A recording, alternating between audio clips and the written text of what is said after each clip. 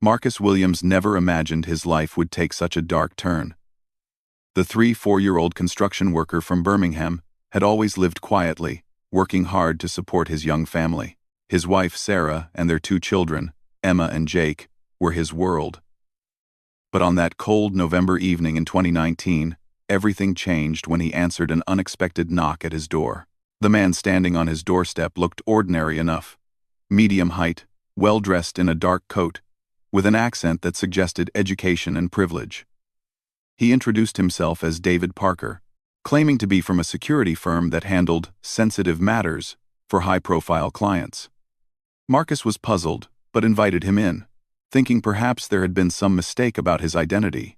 David sat in Marcus's modest living room, his eyes scanning the family photos on the mantelpiece.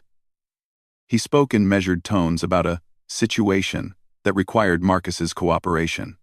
At first, Marcus thought it was some kind of elaborate joke or scam, but when David mentioned specific details about Marcus's daily routine, his children's school, and even his wife's workplace, the blood drained from Marcus's face.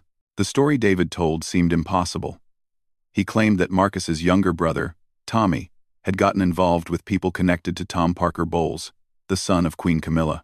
Tommy, who had always been the black sheep of the family with his gambling problems and questionable associates, had apparently stumbled into something much bigger than his usual petty schemes. According to David, Tommy had been working as a driver for an exclusive catering company that served high-end events across London. During one particular function at a private estate, Tommy had allegedly witnessed something he shouldn't have seen. David wouldn't specify exactly what that was, but his implications were clear enough. Tommy had seen members of the royal circle engaged in activities that would cause a major scandal if they became public. Marcus listened in growing horror as David explained that Tommy had been foolish enough to try to use this information for blackmail. He had approached certain individuals, demanding money in exchange for his silence, but Tommy had severely underestimated the people he was dealing with. These weren't ordinary wealthy socialites who might pay to keep embarrassing secrets quiet. These were people with connections to the highest levels of government and law enforcement. The situation had escalated quickly. Tommy had disappeared 3 weeks earlier, and no one had heard from him since. His girlfriend had reported him missing to the police, but the investigation had been quietly shut down after just a few days. David suggested that certain phone calls had been made, certain favors had been called in, and the matter had been classified as not in the public interest. Now, David explained, Marcus was being brought into the situation because of his relationship to Tommy. The people involved needed assurance that the family would remain quiet about Tommy's disappearance. They needed someone they could control. Someone who would ensure that no awkward questions were asked and no investigations were pursued. Marcus protested that he barely spoke to his brother, that Tommy's problems had nothing to do with him. But David smiled coldly and pulled out a thick manila envelope. Inside were photographs taken with a telephoto lens, showing Marcus's children playing in their school playground, his wife leaving her office, and Marcus himself working on a construction site. The message was unmistakably clear. David explained the arrangement with business-like efficiency. Marcus would be given certain tasks to perform over the coming months. Nothing illegal, he assured him. Just small favors that would help ensure everyone's mutual security. In return, his family would be left alone, and they might even learn what had really happened to Tommy. The first task seemed innocuous enough.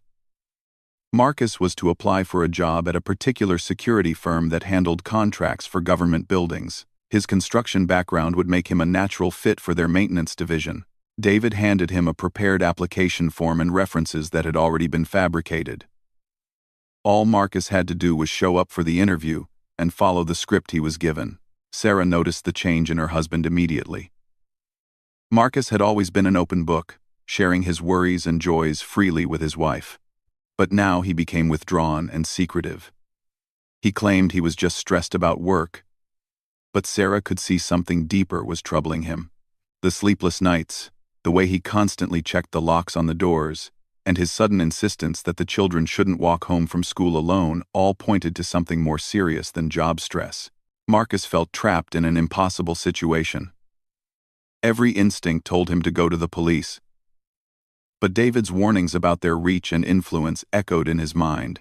He had seen enough corruption in his working-class neighborhood to know that money and connections could make problems disappear. If these people really were connected to the royal family, what chance did an ordinary construction worker have against them? The job interview went exactly as David had predicted. The security firm's manager seemed almost eager to hire Marcus. Barely glancing at his references before offering him a position, Marcus realized that the fix was already in, that he was being placed in this job for reasons that went far beyond his qualifications. As he walked home that evening, Marcus felt like a man walking toward his own execution. He was now officially part of whatever web had trapped his brother, and he had no idea how deep it went or where it might lead. Marcus's new job at Secure Solutions Limited placed him in the heart of London's government district. The company provided maintenance and security services for several important buildings, including facilities used by various government departments. On his first day, Marcus was assigned to the team responsible for the Cabinet Office building, a location that made his stomach turn with anxiety. His supervisor, Janet Morrison, was a stern woman in her 50s who seemed to know more about Marcus than his employment file should have contained. She gave him a knowing look when she handed him his security badge and access codes, suggesting that his presence there was no coincidence. Marcus quickly learned that several of his new colleagues had similar stories of being recruited under unusual circumstances. The work itself was routine enough. Marcus spent his days checking heating systems, replacing light fixtures, and performing basic maintenance tasks. But David had made it clear that his real purpose was to observe and report. Marcus was to note which officials visited the building, what meetings took place in certain rooms, and any security procedures he observed during his work. 3 weeks into the job, Marcus received his first real assignment. David appeared at his flat again, this time bringing disturbing news about Tommy. They had found his brother, David claimed, but he was being held in a private facility rather than any official prison. Tommy was alive, but in poor health, both physically and mentally. The people holding him wanted to ensure his continued cooperation and silence about what he had witnessed. David showed Marcus photographs that made his blood run cold. Tommy looked gaunt and frightened, clearly showing signs of physical abuse. His brother's eyes held a haunted expression that Marcus had never seen before. Even during Tommy's worst periods of addiction and debt, David explained that Tommy's condition would only improve if Marcus proved his own reliability and usefulness. The task David outlined was more serious than anything Marcus had been asked to do before. During his maintenance work, Marcus was to install a small listening device in a specific conference room used for sensitive government meetings. David provided him with the equipment and detailed instructions on how to conceal it within the room's electrical systems. Marcus spent sleepless nights wrestling with the decision.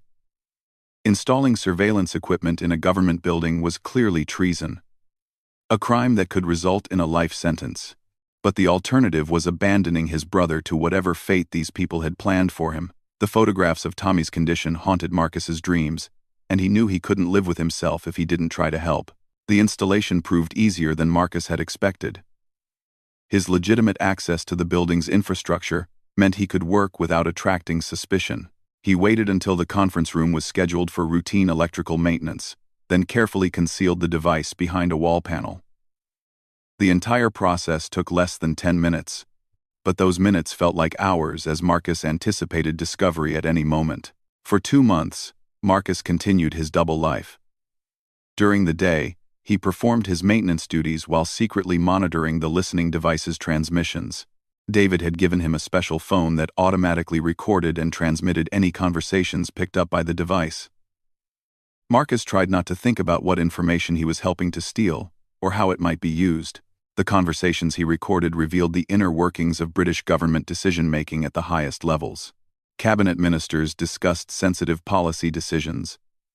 Intelligence officials shared classified information, and senior civil servants debated matters of national security. Marcus realized he was witnessing conversations that could destabilize the government if they became public. Sarah's suspicions about her husband's behavior continued to grow. Marcus had always been a poor liar, and the stress of his secret activities was taking a visible toll on his health and demeanor. He lost weight, developed a persistent tremor in his hands, and began drinking heavily in the evenings.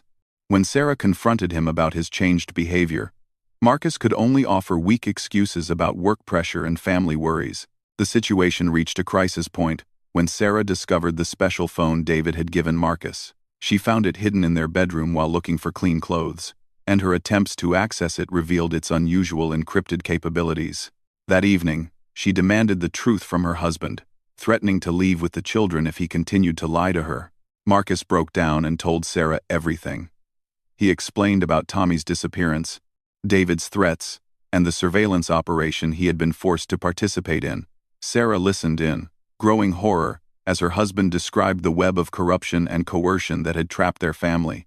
Sarah's first instinct was to go to the authorities, but Marcus convinced her that such a move would only endanger them further. If David was telling the truth about the connections these people had, then the police, MI5, and even members of parliament might already be compromised. Going through official channels could simply alert their enemies and make their situation worse. Instead, Sarah suggested they try to gather evidence of their own situation. If they could document the threats and coercion they were experiencing, they might eventually find someone in authority who could be trusted to help them. She began secretly photographing Marcus's equipment and recording details of his meetings with David. The breakthrough came when David made an unexpected visit to their home while Sarah was present. He had come to give Marcus new instructions about expanding the surveillance operation to include additional government buildings. Sarah, hidden in the kitchen, managed to record part of their conversation using her mobile phone. The recording captured David explicitly threatening Marcus's family and referencing his connections to people at the very top of the establishment. More importantly, it captured David mentioning a name that would prove crucial to understanding the full scope of the conspiracy. He referred to someone called Charles, who was apparently coordinating the entire operation from a country estate in Gloucestershire. After David left, Marcus and Sarah realized they had stumbled onto something much larger than they had imagined. This wasn't just about Tommy's blackmail attempt or even the surveillance of government meetings. They were part of a systematic operation to gather intelligence on the British government, possibly for purposes they couldn't even imagine. Marcus knew that his next meeting with David would be crucial.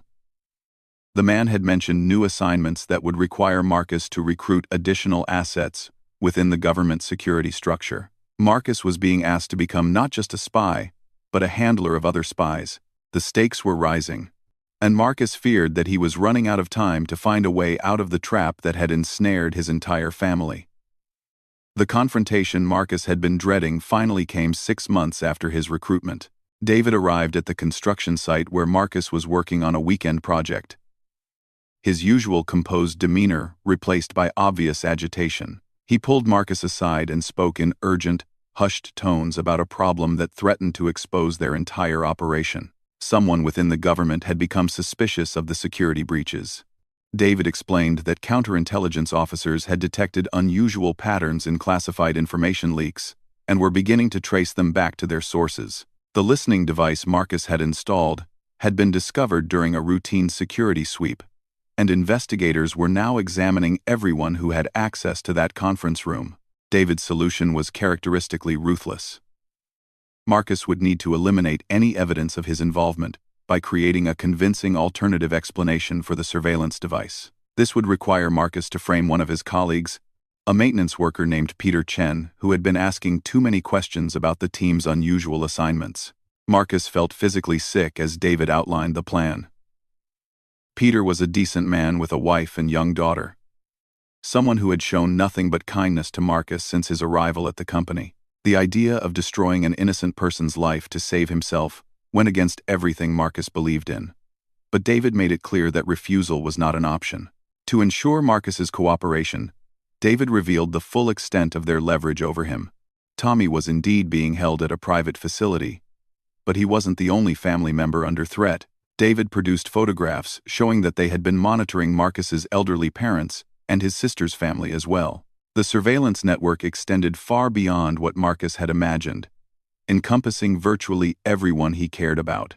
But David had made a crucial mistake in revealing so much information. Among the photographs was an image that showed the location where Tommy was being held.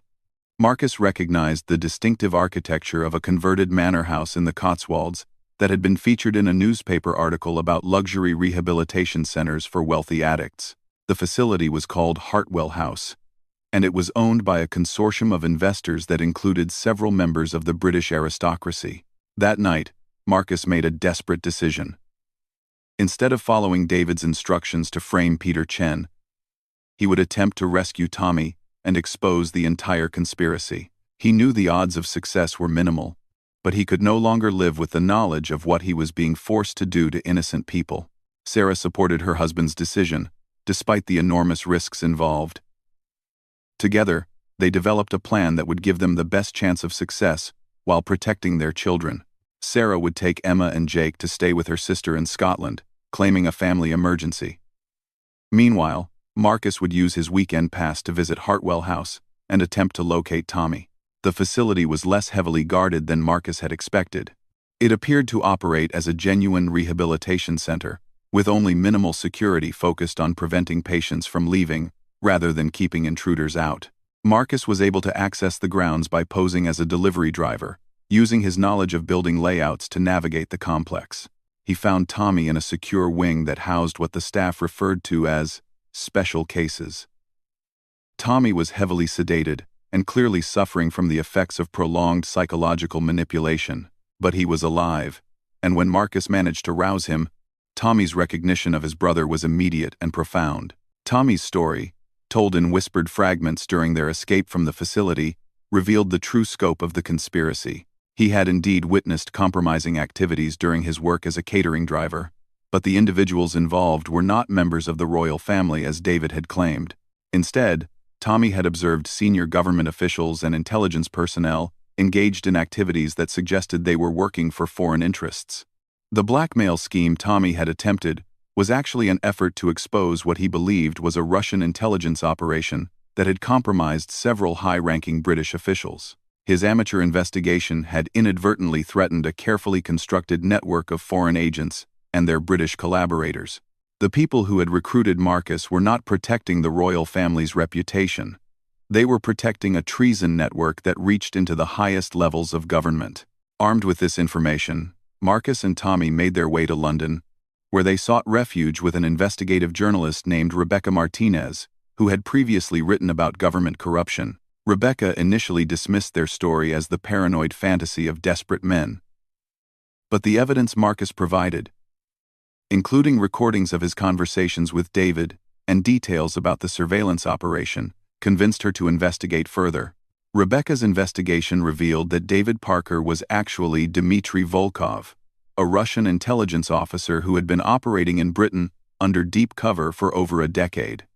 The security firm that had employed Marcus was a front organization used to place assets within sensitive government facilities. Several other maintenance workers and security personnel had been recruited using similar methods of coercion and blackmail. The story that Rebecca eventually published exposed not just the Russian operation but also the British officials who had been compromised by it. The scandal reached all the way to the cabinet level, resulting in the resignation of 2 ministers and the arrest of several senior civil servants. The investigation also revealed that the connection to Queen Camilla's son had been a complete fabrication designed to intimidate Marcus into cooperation. The aftermath of the exposure was both liberating and terrifying for Marcus and his family. While they were finally free from David's control, they now faced the reality of being marked targets for a hostile foreign intelligence service. The government provided them with new identities and relocation assistance, but Marcus knew that their old lives were gone forever. Tommy underwent extensive rehabilitation to recover from his ordeal, but the experience had left permanent psychological scars. He struggled with paranoia and depression, requiring ongoing medical care and supervision. The guilt Marcus felt about his brother's suffering was somewhat offset by the knowledge that their actions had helped expose a significant threat to British national security.